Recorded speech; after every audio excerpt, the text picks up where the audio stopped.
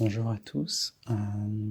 On est content de vous retrouver. On est un couple de chrétiens et on avait vraiment ce désir de partager notre expérience en tant que couple marié dans le Seigneur. Et nous nous sommes dit que ça pouvait être un- une façon d'encourager les frères et sœurs qui veulent se marier, euh, qui veulent rencontrer la bonne personne selon ce que le Seigneur, selon la façon dont le Seigneur vous conduit.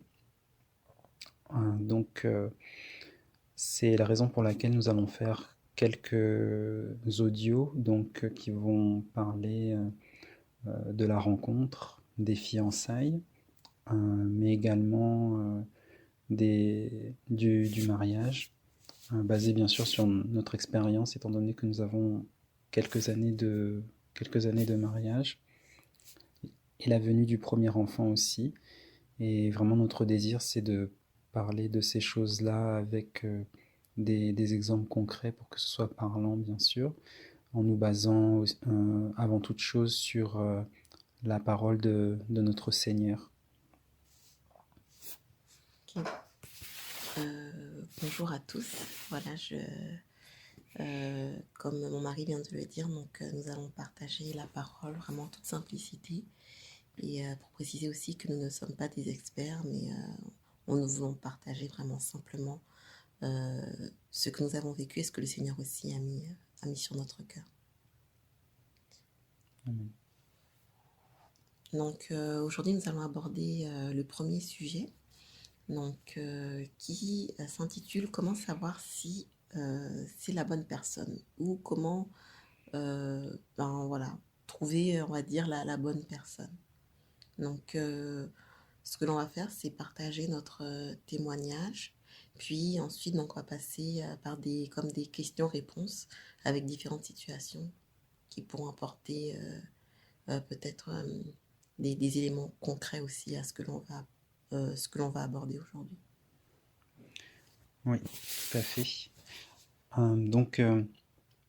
La façon dont nous sommes, comme a dit mon épouse, la façon dont nous nous sommes rencontrés, les choses se sont faites assez simplement. Nous nous sommes rencontrés dans l'assemblée où on priait ensemble. Et la façon dont ça s'est passé, c'est que, bon, d'abord, effectivement, quand on se voyait à l'assemblée, on se saluait, et on ne discutait pas plus que ça, vraiment. On se saluait, on échangeait quelques mots.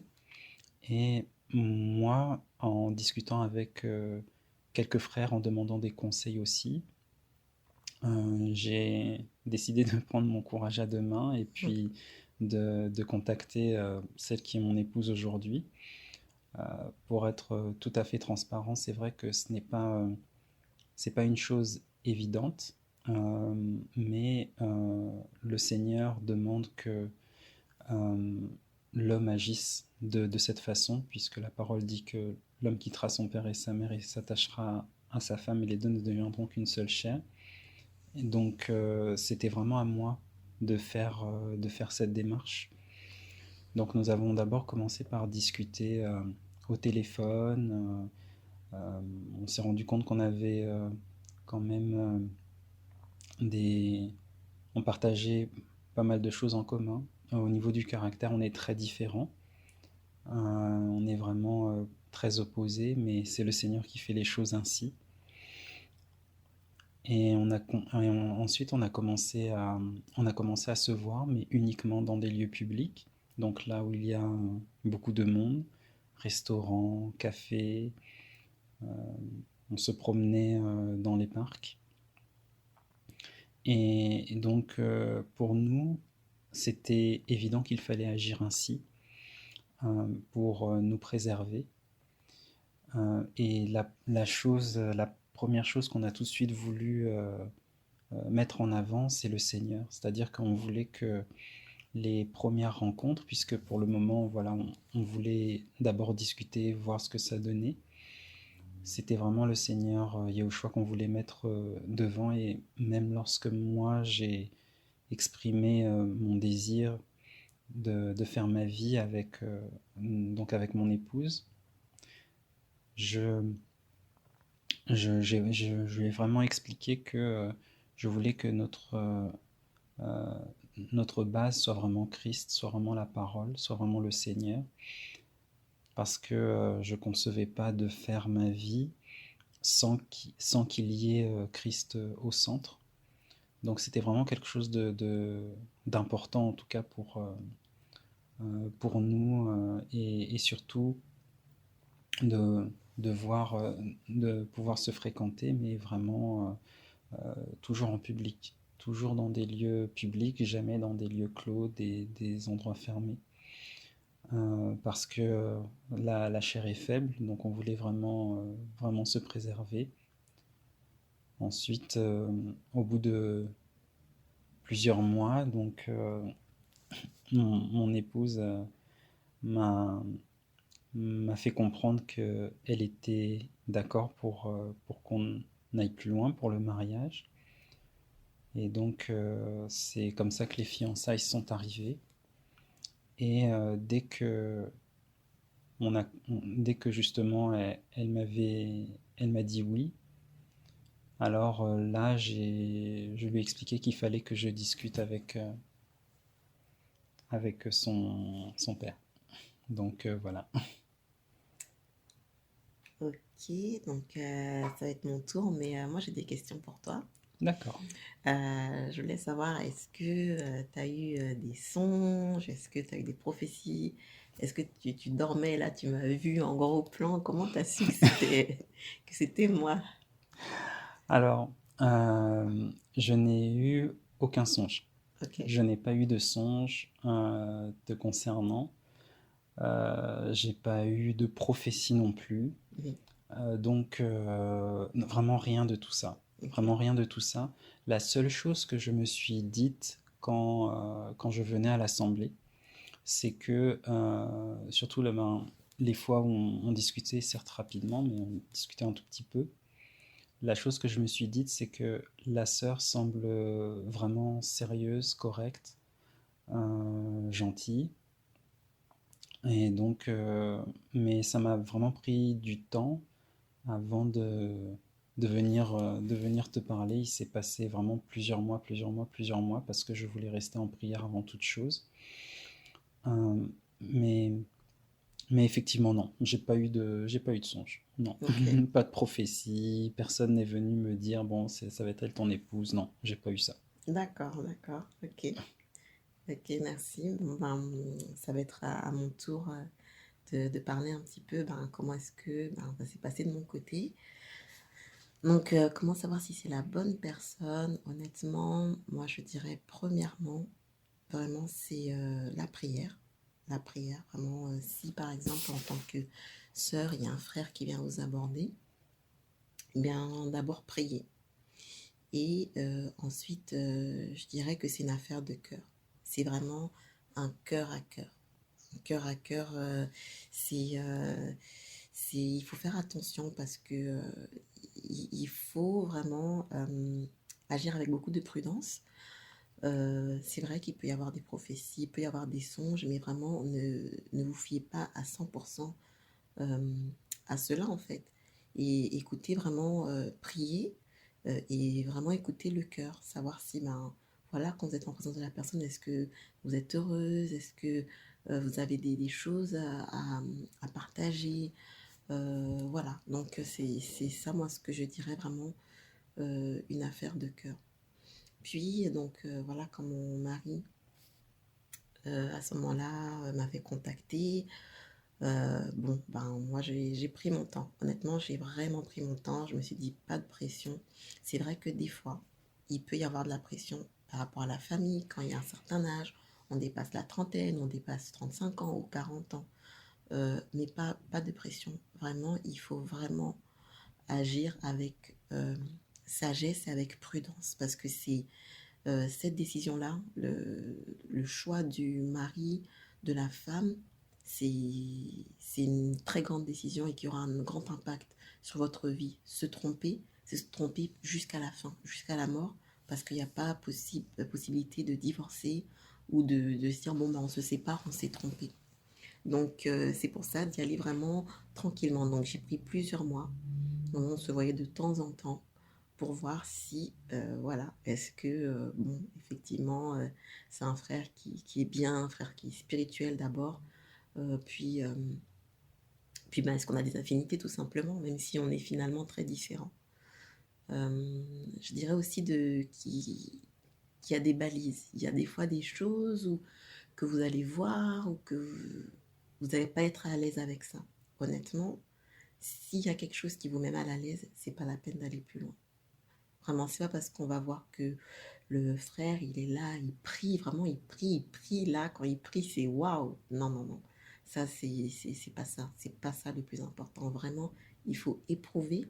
Et pour éprouver, il faut du temps pour voir comment est-ce que la personne agit dans différents types de situations. Donc, moi, c'est vraiment ça les conseils que je peux donner.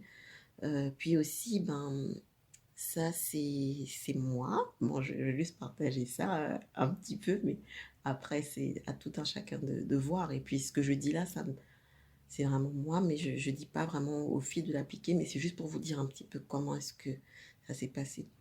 Donc, il y avait un moment, ben, quand on se voyait, comme l'a dit mon mari, dans des lieux publics, on est allé prendre un café. Et ce jour-là, en fait, j'avais décidé, je pense que tu t'en rappelles, euh, de pas me maquiller du tout. Donc, pas de maquillage, pas de boucle d'oreille, rien. Vraiment, vous voyez, quand on se lave, là, on met de la crème, voilà, mon visage était vraiment là, brut. Et puis, voilà, c'était moi. Donc, en fait, j'avais fait ça parce que je voulais qu'il me voie moi tel que je suis, sans artifice. Vraiment, et je voulais voir sa réaction. Est-ce qu'il va dire, oh là, non, non, là, son maquillage, non, non. Ou est-ce que finalement, je vais le repousser ou... Parce que dans le mariage, c'est ça, on se voit vraiment au naturel, sans artifice, sans rien. Donc pour moi, c'était vraiment important de faire ça. Moi-même, pour me dire que je suis capable d'être devant lui sans maquillage, mais aussi voir quel type de réaction euh, ben, il a. Donc pour moi, c'était comme un petit test un petit peu pour voir si jamais il avait fait des remarques, là quand même, je pense que j'allais simplement ben, voilà, décliner sa proposition. Puis aussi, une dernière chose que je dirais, ben, c'est de ne pas hésiter quand vous vous rencontrez comme ça de manière vraiment informelle. Il n'y a pas de fiançailles, il n'y a pas rien. C'est un frère, une sœur qui discutent, de poser beaucoup de questions. En tout cas, tu diras, hein. C'est ce Bon, qui, ouais. justement, Mhm, pour la petite histoire, c'est ce qui s'était passé ce jour-là. Le mhm, jour où tu n'avais pas mis de maquillage, ouais. c'est le jour où tu m'avais vraiment posé beaucoup, voilà, posé vraiment beaucoup, beaucoup de questions, mais des questions sérieuses Mhm, concernant la vie de famille, euh, comment j'aborde l'avenir, quels mhm. sont mes plans, tout ça. Donc, et c'est important aussi. Oui. Donc oui, ça je m'en souviens, oui. Ouais, ouais, ouais. Voilà, je ne me rappelais plus, mais en tout cas, bah, c'est ça, vraiment poser des questions. Donc voilà, mais des questions sérieuses, quoi. Des questions, ben, est-ce que tu aimes avoir des enfants? Où est-ce que tu te vois vivre? Au niveau de professionnellement, est-ce que tu veux reprendre des études? Est-ce que tu fais des études? Qu'est-ce que tu voudrais faire? C'est important. Et puis c'est des discussions, c'est pratique, mais le mariage, c'est la vie pratique, quoi. C'est important de parler de la parole, mais il faut aussi parler de la pratique. Donc voilà, donc moi c'est ce que je dirais. Puis ben, on va passer à quelques questions. Donc alors, je vais jouer la journaliste. Alors, première question, si par exemple, voilà, un exemple, on va dire que je suis une sœur, voilà, qui dit, ben, j'ai rêvé que j'ai vu un frère, voilà, je dormais et je l'ai vu, voilà, qui était habillé comme en tenue de mariage devant la mairie. Est-ce que ça veut dire que c'est le frère qui je dois me marier? Eh bien, euh, dans un premier temps, je dirais que c'est important de prier parce qu'effectivement, c'est vrai que le Seigneur peut parler par des songes, Mais c'est important de prier avant toute chose, parce que la parole nous dit, bien entendu, de prier sans cesse. Mais si on prend également Ecclésiaste au chapitre 5, Ecclésiaste chapitre 5, la parole dit à partir du verset 2, « Car comme le songe vient de la multitude des occupations, ainsi la voix des insensés sort de la multitude des paroles. » Au verset 6, il est également dit, « Car comme dans la multitude des songes il y a des vanités, aussi en a-t-il beaucoup dans la multitude des paroles. Mais crains Dieu. » Donc cela signifie que dans les songes, il y a de la vanité aussi. Ça veut dire qu'il peut y avoir aussi des choses qui peuvent être dans notre cœur ou des choses qu'on a observées dans la journée, mais ce ne sont pas forcément des choses qui viennent du Seigneur. Tous les songes ne viennent pas du Seigneur. La première des choses qu'on constate pour ce type de songe-là, voilà, on a vu le mari en tenue, tout ça. La première des choses, c'est de prier.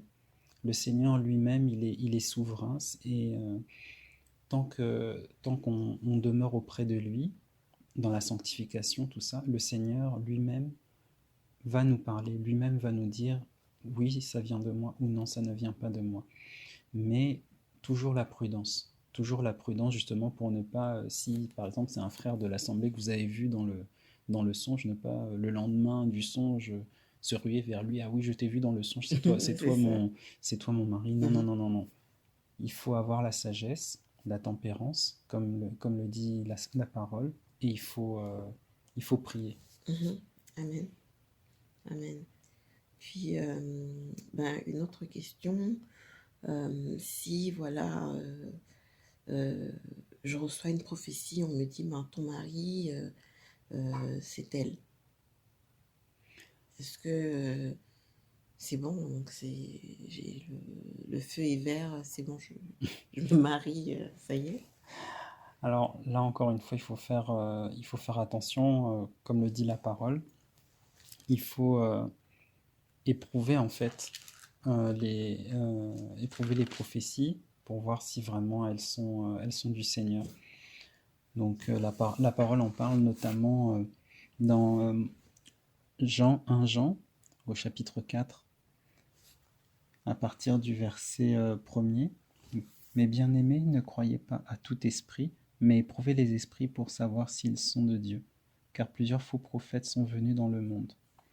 Donc, je ne dis pas que les personnes qui vous donnent des prophéties, notamment par rapport au mariage, qu'elles sont toutes fausses, mais le Seigneur, s'il a parlé à travers un frère ou une sœur, le Seigneur, il est tout aussi capable de vous parler à vous aussi. Et c'est pour ça que dès que vous entendez ce genre de prophétie, c'est important que, pas tout de suite dire, bien entendu, ah oui, non, ça vient pas du Seigneur, mais d'avoir la sagesse et d'aller au pied du Seigneur et de lui demander, Seigneur, toi, qu'est-ce que tu dis? Et de le prier. Et le Seigneur est souverain, il vous parlera. Mais c'est toujours important de prendre ce temps toujours auprès du Seigneur. C'est notre Père, donc il est souverain et il vous parlera. Amen. Amen. J'ai une autre question. Si je suis une sœur et puis un frère qui vient me voir et qui me dit, Dieu m'a dit que tu es ma femme. Alors, moi, j'ai rien reçu. Je le connais même pas.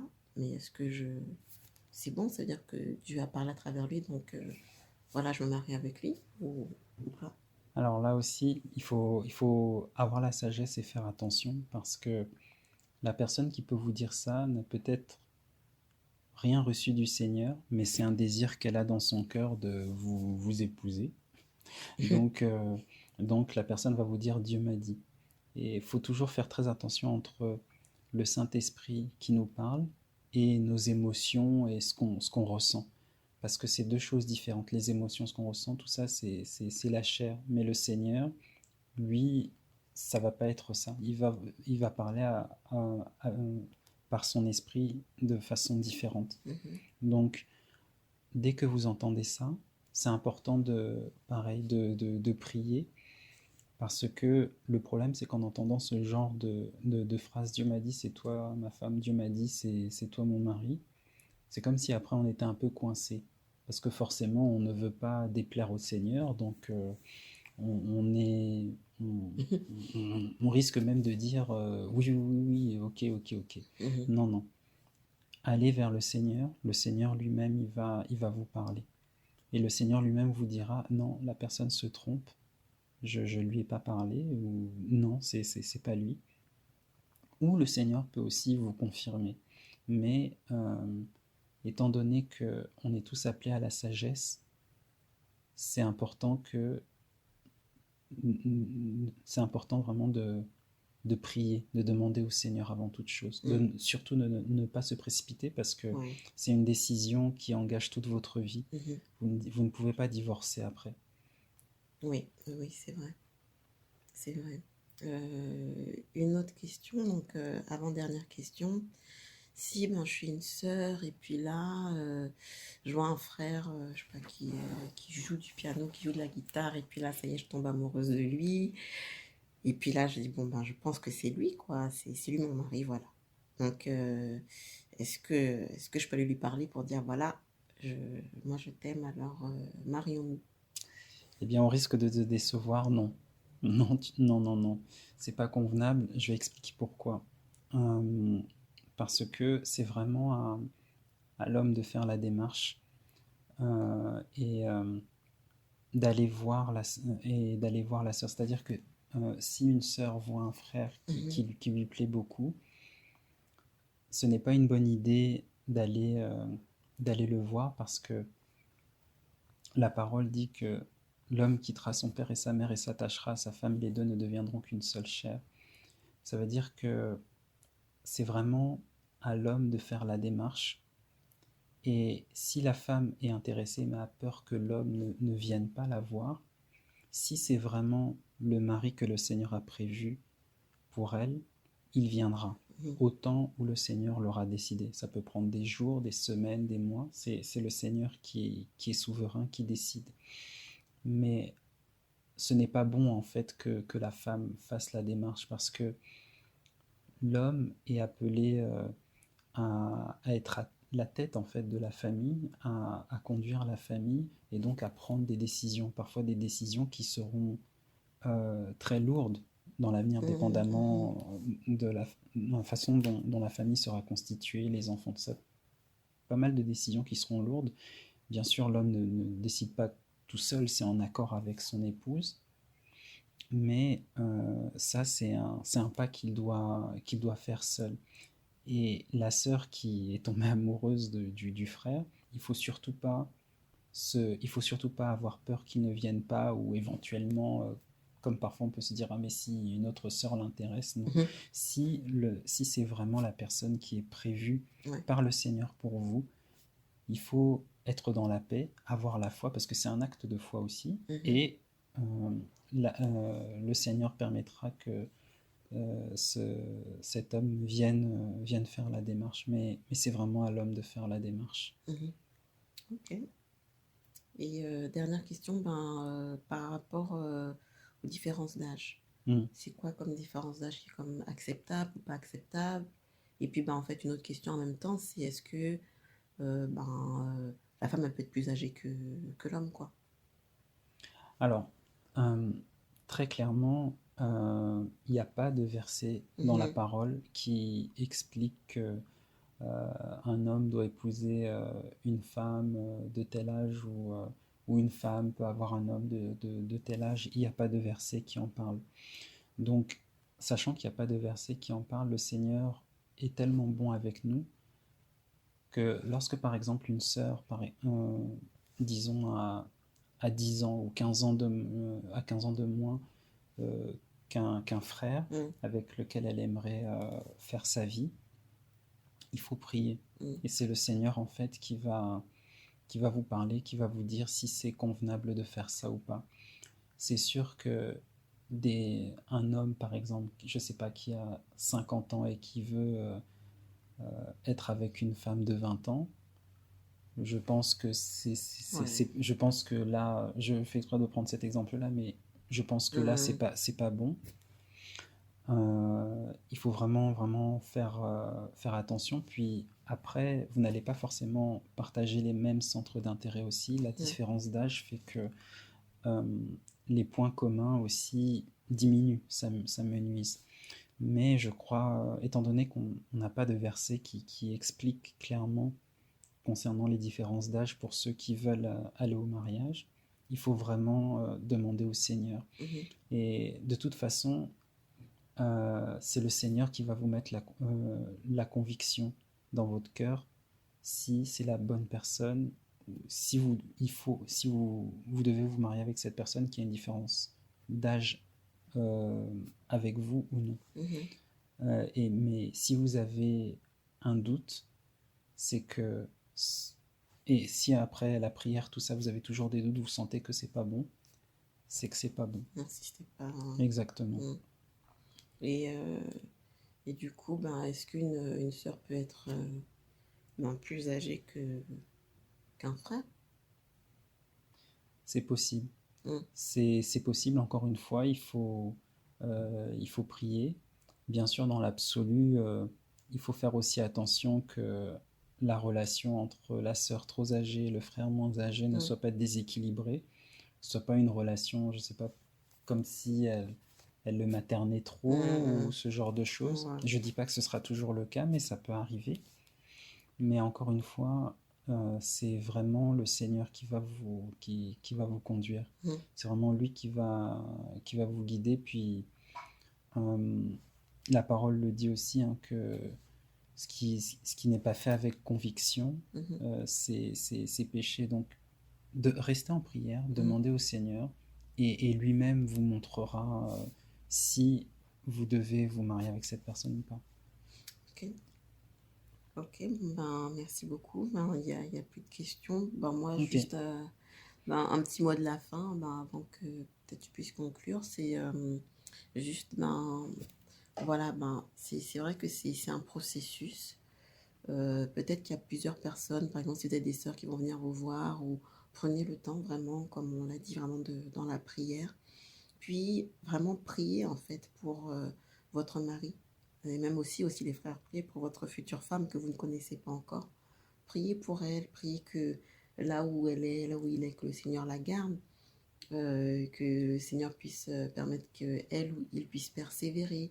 Priez pour votre mariage, que ça puisse être un mariage vraiment fondé vraiment sur Christ, que c'est puisse être un mariage où il y aura beaucoup de fruits pour pouvoir apporter la parole à d'autres personnes, que votre mari, votre femme puisse être un ami, vraiment avec qui vous allez pouvoir bâtir une véritable histoire, quoi. Donc, c'est vrai que c'est un temps d'attente, mais c'est pas un temps d'attente passif. Il y a des choses que l'on peut faire, et notamment la prière, c'est très très important. Donc, voilà, moi, ça conclut ce que moi je voulais apporter par rapport à ça. Mais si toi, tu veux aussi. oui, ben, moi je dirais particulièrement les frères, pareil, c'est important d'être en prière, mais surtout ne pas vous précipiter et surtout avoir bien conscience que le mariage, c'est quelque chose qui va engager toute votre vie, qu'il doit être absolument, absolument basé sur Christ et que vous devez être aussi mature pour pouvoir vous marier. Mhm. La maturité, elle peut être à 20 ans, elle peut être à 30 ans,